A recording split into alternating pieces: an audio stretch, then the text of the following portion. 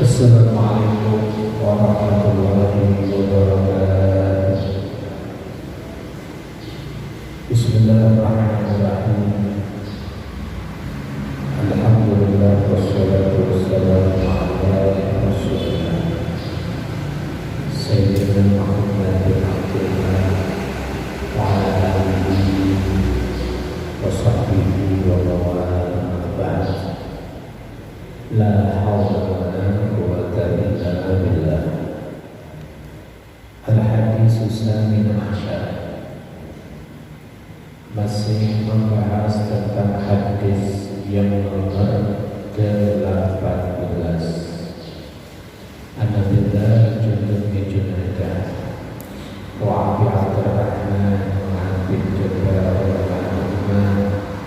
an Rasulullah sallallahu alaihi wasallam qala ittaqillah haitsu kunta wa ati sayyi'atal hasanata tamhuha wa khaliqin nas bi khuluqin hasan. Rawahu Tirmidzi wa qala haditsun hasan. Wa fi ba'd nusa hasan sahih. Masih membahas hadis yang nomor 18, riwayat dari Abu Dhar yang bernama Jundub bin Junadah dan Abi Abdurrahman yang bernama Mu'adz bin Jabal radhiyallahu anhu dari Rasulullah SAW. Nabi bersabda, ittaqillah, hendaknya kalian senantiasa takut kepada Allah. Haitsu kunta, dimanapun kalian berada. Wa ati sayyi'atal hasanata tamhuha. Kalau ada amal buruk yang pernah kita kerjakan, maka kita harus rajin beramal soleh, karena amal soleh itu bisa menghapus amal yang buruk. Wa khaliqin nas bi khuluqin hasan, dan bergaulah kepada masyarakat manusia dengan akhlak-akhlak yang terpuji. Poin pertama sudah kita bahas, masalah takwa dengan berbagai macam fadilahnya. Sekarang kita masuk kepada pembahasan al-hasan al-musayyi'ah. Amal baik itu bisa menghapus kepada amal buruk. Baik, apa yang dimaksud daripada pembahasan ini? Jadi ini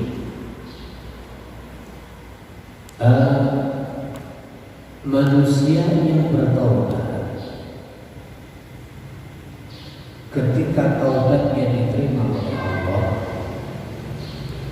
sebelum dia bertaubat, ahli maksiat berarti namanya aduhullah, musuhnya Allah.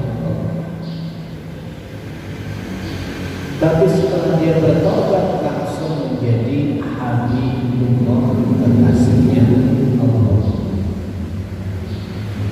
Maka ketika Allah terima taubat, Allah akan tuntun kepadanya untuk dia beramal saleh sebanyak mungkin sebagai upaya menghapus dosa-dosa yang telah lewat.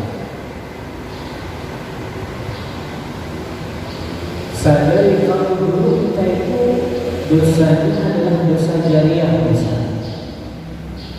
Maaf, banyak orang berbuat buruk, kenal kepada keburukan, sehingga terbiasa berbuat buruk karena kita, sehingga kita berhenti, dia masih terus berbuat itu dosa. Itu namanya dosa jariah.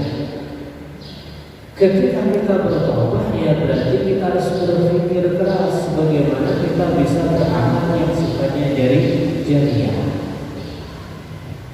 Gimana caranya? Kalau dulu beberapa orang kenal keburukan karena kita, sekarang kita harus menjadikan ada orang bisa tahu kebaikan juga karena kita. Itu berarti takwa kita. Kalau kita ajak dia mengaji, kita ajak menghadir majelis, akhirnya kenal, akhirnya dia senang, ya, maka selama dia berangkat itu adalah jariah kita. Ya berarti sebanyak mungkin kita mengajak orang yang baik. Berbicara tentang amal buruk, amal baik bisa menghapus daripada amal yang buruk. Maka dikatakan ada satu cerita. Dulu ada seorang lelaki yang bernama Nabhan. Lelaki ini disebut dengan At-Tamar. Dia akan menjual daripada korma. Dia punya toko yang besar. Di situ dia jual korma. Kemudian satu ketika datang kepada lelaki ini perempuan yang cantik, bukan mahram orang lain, mau beli korma. Terdorong daripada nafsu, tergoda dari kecantikannya, memanfaatkan daripada situasi sepi, ya dan sebagainya. Maka Nabhan ini memerintahkan kepada perempuan tadi, berkata, "Mbak, kalau kepengen kurma yang bagus, harganya murah, di dalam masih banyak." Maka si perempuan itu masuk. Ketika masuk kepada rumah, ternyata dijebak. Nyampe di dalam, perempuan itu langsung dipegang, diciumi, diperlakukan seperti seorang istri. Cuma tidak terjadi zina. Setelah itu menyesal. Tapi lihat, ini adalah seorang sahabat hidup di zaman Nabi Muhammad SAW. Maka kemudian dia datang kepada Nabi seraya berkata, "Ya Rasulullah, saya keterlaluan. Saya menciumi perempuan, memeluk, merangkul dan sebagainya. Coba saya dihukum ya Rasulullah." Maka Nabi ada orang seperti itu, Nabi oleh melemos kalau bahasa Jawa. Artinya jangan itu. Kalau ada keburukan sebenarnya ditutup, tapi taubahnya yang benar. Jangan dicerita-cerita. Akhirnya Faqala Sayyidina Umar paham dengan Nabi. Sila kita dipanggil, Pak, senyum. Laqad satarakallahu law satarta nafsak. Sebenarnya Allah sudah menutup kesalahan Bapak, dosa Bapak, maksiat Bapak. Tapi kenapa Bapak sendiri yang membukanya? Maka dengan ucapan Umar ini, si Nabhan penjual kurma ini, dia seperti belum puas. Dia mendatangi Nabi, berkata lagi, minta dihukum, minta diberikan campuran misalkan. Tapi Nabi pun selalu berpaling dan berpaling. Hatta dzakar kisah, sampai akhirnya si Nabhan ini dia terpaksa menceritakan dosanya kepada Nabi Muhammad SAW. Maka Nabi tidak kemudian qisas hukumnya. Nabi cuma berkata, tawadhu wudu'an hasanah. Coba kamu ambil air wudu ya, kemudian wudu dengan cara yang baik. Maka si Nabhan itu kemudian dia wudu dan sholat bersama Nabi Muhammad SAW.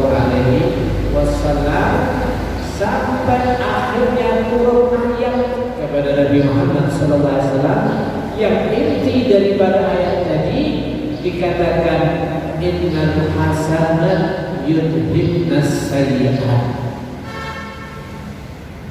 Innal hasanat, sesungguhnya amal baik seperti sholat, wudu yang sempurna, kemudian sholat berjamaah bersama Nabi, ataupun ibadah yang lainnya, yudhibnas sayyi'at, bisa menghapus dosa-dosa yang lampau yang telah dikerjakannya. Maka dengan turunnya ayat ini berarti jelas dosa sinabhan tadi telah dimaafkan oleh Allah Subhanahu wa Ta'ala. Akhirnya sinabhan tadi berkata, "Alihada ya Rasulullah, ayat ini turun khusus untuk saya, gimana ya Rasulullah?" Kata Nabi, "Qal li jami'i ummati," itu turun untuk seluruh umat Nabi Muhammad sallallahu alaihi wasallam. Dalam riwayat yang lain, Nabi pernah mengatakan dalam satu hadis, ya, Nabi berkata, "Tawadhu, man tawadha wudu'i hadza." Nabi ini ngasih contoh ya, dapat para sahabat cara wudu yang benar dengan sunnah lengkap sekali. Kemudian Nabi berkata, siapa yang mau berwudu dengan cara wudu yang sudah aku contohkan kepadanya, kemudian dia sholat duhur, maka akan diampuni ma taqaddam, kemudian akan diampuni dosa yang telah lewat antara sholat subuh dengan sholat duhur. Kemudian dia sholat asar, maka dosa setelah duhur sampai asar juga diampuni. Kemudian sholat isya dan seterusnya. Iya. Jadi siapa orang yang mau wudu dengan sempurna seperti wudunya Nabi, kemudian dia sholat di malam waktu, maka dosa antara dua sholat tadi senantiasa menghapus dosa. Jelas. Dari sini berarti memang amal baik itu dia punya tugas penuh untuk menghapus daripada dosa. Makanya satu keuntungan kepada kita, ya, senantiasa sholat itu dikerjakan dengan sebaik mungkin. Masya Allah.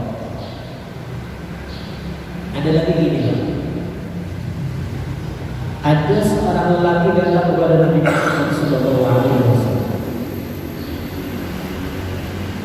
Ada orang mengatakan, "Ya Rasulullah, saya ini dosanya besar. Dosa saya sudah teramat gede sekali. Famadza yukaffiru anni?" Lantas benar-benar ada tak ya Rasul amalia ibadah yang bisa menghapus dosa-dosa saya? Nabi ketika ditanya tentang apa dia punya dosa besar, Nabi lantas berbalik pertanyaan, "Dan buka ampun al-samat?" Saya kau tadi berkata dosamu gede. Gedean mana dosamu daripada langit? Maka dia mengatakan, "Oh, dosa saya lebih besar daripada langit." Oh, bagaimana dosa saya? Nabi berbalik lagi, "Dosa kamu gede mana daripada kursi?" Iya, al-kursi. Fakal, dosa saya lebih besar ya Rasulullah. Dosa kamu dengan arasy lebih gede mana? Lebih besar dosa saya Rasulullah. Yang terakhir, dosa kamu dengan Allah gedean mana? Allahul Azim, Allahu Akbar. Ya, maka yang dimaksud dengan Allah itu dengan pengampunan Allah. Dosa kamu dengan pengampunan Allah gedean mana? Baru dia berkata, kalau dengan ampunan Allah tentu pengampunan Allah lebih besar daripada dosa saya. Maka kata Nabi, "Alaika bil jihad fi sabilillah." Kalau kau merasa punya dosa gede, banyak dan sebagainya, saat ini sekarang waktunya kau berjihad fi sabilillah. yang sungguh-sungguh ya membela agama Allah. Faqala, ya Rasulullah, jangan saya diperintah berjihad. Inni lamin ajbalin nas ad'afun qalban. Saya ini dari golongan manusia yang paling penakut. Roh getih mau semakut kok penerangan ya. Saya ini dari jenis manusia paling penakut. Laula anna ahli suni idza kharajtu lailan ma kuntu af'alu khamr.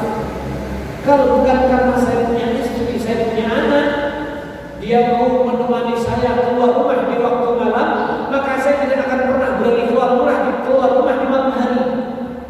Ini berarti jelek teman. Kok dengan perintah keluar? Ya senajan itu dosa gede, keluar orang berpantau. Maka kata Nabi, oh gak berani sudah, sehingga ngomong di keteris, alaika bisyam sampai kosong Allah. Faqal, wallahi ya Rasulullah, ma asbah min khubzil khams. Ya Rasulullah, saya makan roti tidak pernah kenyang, apalagi saya disuruh puasa. Intinya saya bukan bertahan dulu. Jadi suruh keluar malam gak bisa, tapi semanima menganggap kekuatan dulu. Gak betah saya, gak betah lapar. Kenapa saya disuruh puasa? Masya Allah.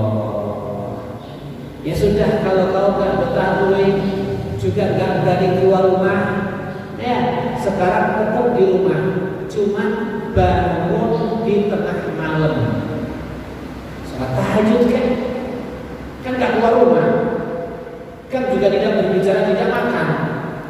Faqal, ya Rasulullah, saya itu jenis orang kalau tidak dibangunkan oleh keluarga saya untuk sholat subuh, selamanya saya tidak akan bangun. Berarti jenisnya orang kalau tidur kebu. Maka Nabi ini mesem di piye. Dia orang gimana ini ngomong dia punya banyak dosa, katanya dosanya besar, lebih gede daripada arsy, lebih gede daripada kursinya Allah, lebih gede daripada langit dan sebagainya. Disuruh jihad, jerai takut. Disuruh puasa, nggak kuat lapar. Disuruh bangun malam, kalau tidur kebu. Senyum Nabi sampai dikatakan hatta badat nawajiduhu. Nabi senyum ketawa sampai kelihatan giginya. Ini jarang-jarang Nabi ketawa yang seperti ini. Berarti lucu banget sama dia. Nah, lucu banget sama dia. Wong jereh orang itu so gede ini. Penakut kok berbuat dosa besar. Maka kata Nabi, ya sudah, alaika ya bi kalimataini khafifatain 'ala lisan saqilataini fil mizan habibataini ila rahman.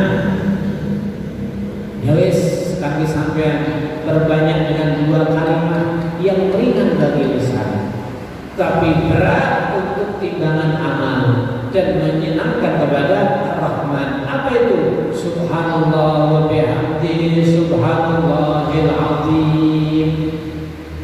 Jadi dia punya dosa gede tadi ya, yang lebih gede dari langit, dari arsy, dari semuanya. Cara menghapusnya cukup dengan memperbanyak membaca Subhanallah bihamdihi subhanallahil azim, subhanallah bihamdihi subhanallah. Dosa gede luntur kabeh. Masya Allah. Makanya saya gue cukup HP cara gimana kita itu harus berdiulang HP hanya baca kalimat tadi subhanallah bihamdihi subhanallahil azim. Hilang itu dosa. Ada riwayat yang lain, wa yurwa an al-'abda idza qala la ilaha illallah. Ada kalau seorang hamba itu dia berkata la ilaha illallah atau ala sahifatin, maka kalimat itu datang kepada buku catatan amal daripada hamba tersebut. Fala taqulu ala khati'atin illa ma'adha. kalimah la ilaha illallah tadi, dia tidak mendatangi buku catatan amalnya kecuali akan menghapus dosa-dosa yang ada di situ. Jadi dia lewat datang. Kalau ada buku catatan amal itu tercatat amal dosa, maka dihapus dengan kalimah la ilaha illallah. Sampai kalimat itu akan menyanding kepada sebuah buku catatan amal yang tercatat kebaikan. Masya Allah. Ada lagi dalam satu riwayat, siapa orang yang dikatakan la ilaha illallah sehari 3 kali, karena lahu kafarah li dzambin asaba fi dzalikal yaum. Maka kalau hari itu dia berbuat dosa, kalimah la ilaha illallah 3 kali tadi akan menghapus dosa satu hari itu. Nah, insyaallah.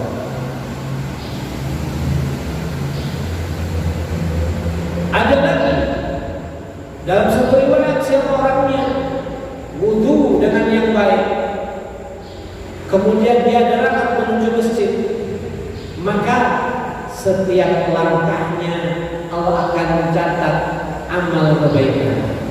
Setiap langkahnya Allah akan angkat dia derajat yang tinggi. Setiap satu langkah menuju masjid akan menghapus kepada satu dosa. Berarti setiap satu langkah 3 koin, 3 kondisi yang Allah berikan, 3 hal. Dicatat untuknya satu amal baik, diangkat untuknya satu derajat, dan dihapus kepada satu dosa. Kalau Anda semakin banyak langkah ke masjid, maka semakin banyak dosa yang dihapus oleh Allah Subhanahu wa Ta'ala. Masya Allah. Ikhwan yang dirahmati Allah Subhanahu wa Ta'ala, yang jelas amal baik itu bisa menghapus dosa yang lewat. Contoh seperti puasa Asyura. Ya, puasa Asyura itu dikatakan yukafir dan usabik, akan menghapus dosa 1 tahun yang telah lewat. Puasa Asyura itu puasa tanggal 10 daripada bulan Muharram. Lebih-lebih puasa Arafah. Ntar lagi kita akan ketemu hari Arafah. Arafah itu kapan? At-Tasi' min Dzulhijjah, tanggal 9 daripada bulan Dzulhijjah. Bukan Arafah itu harus sama dengan Saudi, dengan Makkah, sama tidak. Pokoknya tanggal 9 dari bulan Dzulhijjah itu namanya Arafah. Iya, puasa Arafah bahkan menghapus 2 tahun dosa yang lewat. 1 tahun dihapus, dan 1 tahun ke depan akan dihapus dengan puasa Arafah. Loh, dia kan 1 tahun ke depan masih belum berbuat apa-apa. Dari sini para ulama mengatakan, siapa orangnya yang puasa Arafah, seakan-akan dia dapat bisyarah dari Nabi, tidak akan mati kecuali nambah 1 tahun dulu. Ketika 1 tahun yang akan datang ada dosa, kemudian dihapus dosanya oleh Allah dengan sebab puasa Arafah. Baru kalau hari ini Arafah, kalau seandainya diperkirakan umur sampean tidak bisa nyampe di Arafah tahun depannya lagi, berarti hari ini mungkin Anda dibuat semua nggak puasa Arafah. Anda akan dibuat semua kalau hari ini dia puasa Arafah. Tapi kalau Anda ditakdirkan sama Allah umurnya Islam menambah 1 tahun, mungkin Anda sempat puasa Arafah. Masya Allah. Akhwan yang dirahmati Allah Subhanahu wa Ta'ala, kenapa beda dengan puasa Asyura? Kalau puasa Asyura bisa menghapus dosa 1, kalau Asyura cuma 1 tahun, tapi kalau Arafah 2 tahun. Karena puasa Asyura yang mencontohkan pertama adalah orang-orang Yahudi. Ya, itu untuk umat Nabi Musa alaihi salam. Tapi ketika Nabi pulang ke Madinah, lihat orang Yahudi puasa, ditanya, kenapa kalian puasa? Iya, yaumun fihi. Ya, di hari ini Allah aghraqa aduwa Fir'aun alaihi la'natullah.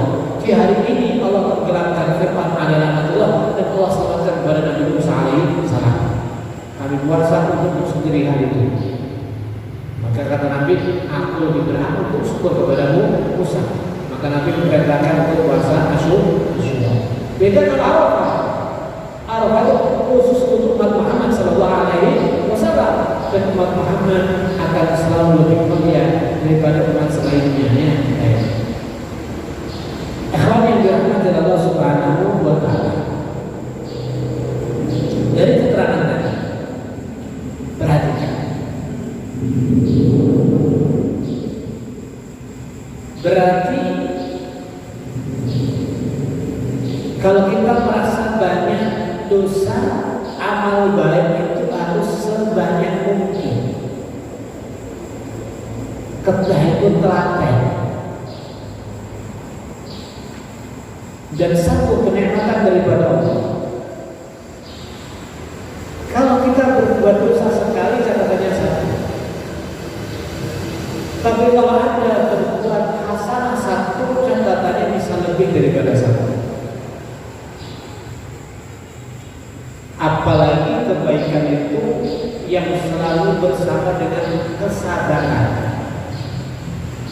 Kalau kebaikan itu menguji daripada kesabaran, menahan daripada syahwat, maka kebaikan itu lipat ganda daripada pahalanya dengan jumlah yang tidak bisa dihitung oleh Allah Subhanahu wa Ta'ala.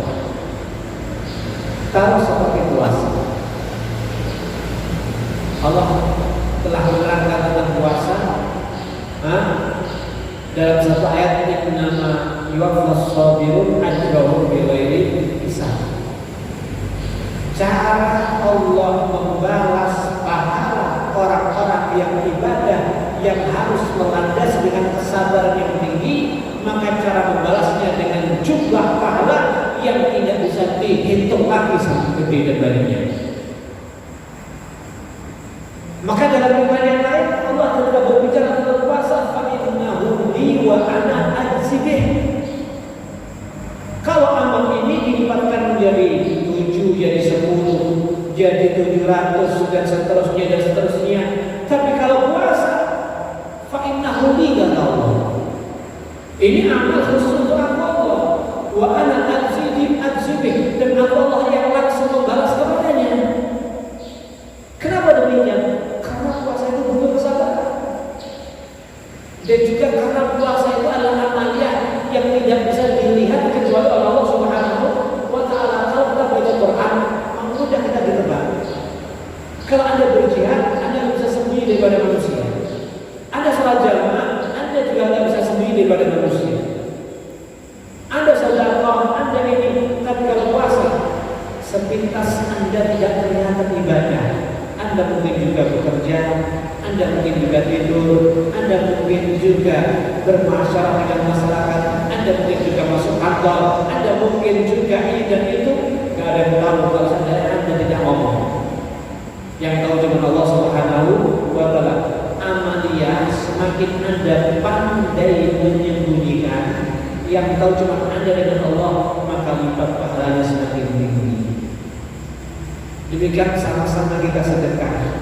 Satu balik yang tahu, satu yang tidak ada yang tahu kecuali Allah. Yang tidak tahu kecuali Allah ini bisa memadamkan amarah Allah. Sedekah sir tutfi ghadabar Rabb.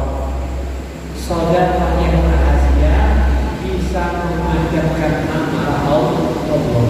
Kita kasih satu contoh. Sayyidina Imam Ali Zainul Abidin Ibnu Husain bin Ali bin Abi Thalib. Di kota Madinah saat itu, ini berarti cucunya Sayyidina Ali, cicitnya Nabi Muhammad Sallallahu Alaihi Wasallam. Di kota Madinah itu hampir dipastikan tidak ada fakir miskin.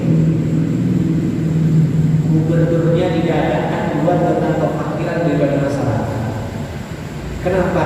Orang-orang yang fakir setiap harinya di depan pintu mereka ada makanan.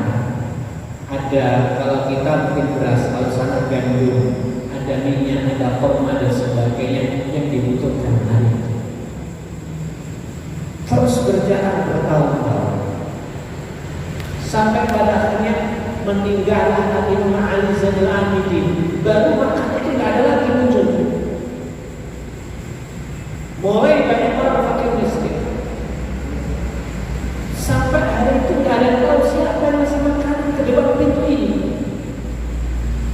Ternyata adalah cicitnya Nabi Muhammad SAW. Diperkuat lagi ketika beliau meninggal, ketika dimandikan daripada badannya, terlihat di pundaknya ini gosong. Karena setiap malam sebelum subuh, di waktu orang lepas dalam tidurnya, dia harus memikul beras, memikul gandum, kurma untuk keliling ke beberapa rumah disedekahi, dipastikan yang punya rumah nggak tahu. Subhanallah. Kita di kamar sedekah, kalau sedekah sekali aja mintanya difoto, dia expose. Sedekah itu sir, ini berat. Atau kadang-kadang saudara itu kita sir rahasia, tapi kita disindir cerita ya, nafsu itu kalau ada kebaikan pengennya cerita. Kalau kita berbuat baik, kalau pun nggak pengen cerita, kalau ada orang tahu kebaikan yang kita lakukan, jadinya puas. Ini watak manusia pengennya pamer. Ada sudah 1 bulan mulai jam 12 malam baca Quran, sholat sampai subuh, dan ada yang tahu yang andalkan loko kali sampai top menurut saya sesasi itu tenang naik kamar baru sampai jam 11 sampai subuh orang masa dan wah ini Anda gak cerita ini termasuk dia. Kenapa? Anda tak perlu cerita, Allah sudah tahu. Kenapa kita tidak puas kalau semua kebaikan itu dilihat oleh Allah? Kepuasan kita dilihat oleh manusia, seakan-akan kita ingin cari ridha manusia. Ada apa ridhonya manusia? Manfaatnya apa?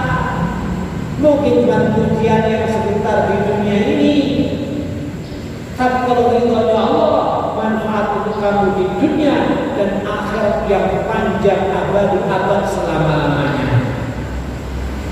Kalau kita berpikir dengan ilmu dan otak jernih, berarti nggak ada manfaat ridho manusia dibanding dengan ridhonya Allah Subhanahu wa Ta'ala.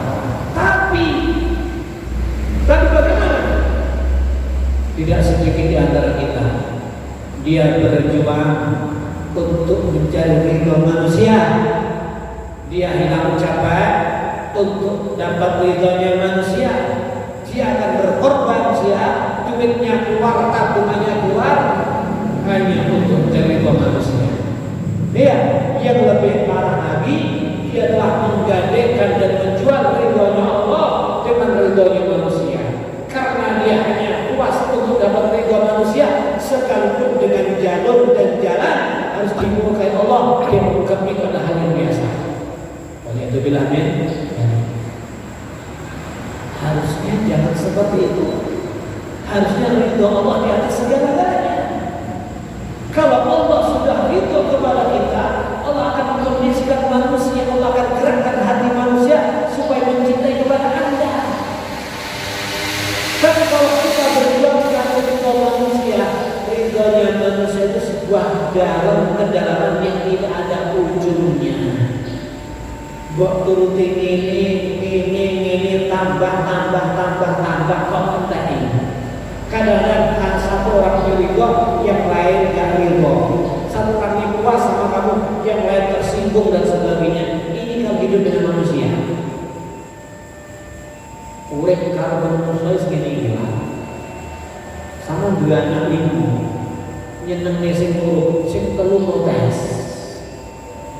Kalau itu nyeneng nih sing telu sing protes.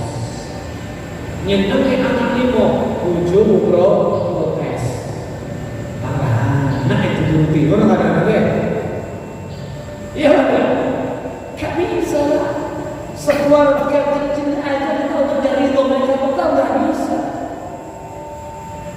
Membahagiakan yang laki, yang perempuan protes. Membahagiakan perempuan, yang laki juga protes. Nah warung juga. Lah nuruti anak, nuruti sebelah ya udah. Tuku sebelah 2.000. Lah nuruti ibu sampai sebelah anak mau dituku. Dan sebagainya. Nah, yang jelas yang penting Anda tidak menyalahi aturan Allah. Di sini Anda tidak menyalahi aturan Allah, maka manusia itu akan ditata semuanya oleh Allah Subhanahu wa Ta'ala. Dan semoga senantiasa kita akan hanya puas dengan ridho Allah Subhanahu wa Ta'ala, dan manusia yang mungkin tidak puas kepada kita semoga hatinya diluluhkan oleh Allah karena hanya kita dari ridho Allah. Semoga mereka pun menjadi suka dan ridho kepada kita semuanya. Amin Allahumma amin. Walhamdulillahirabbil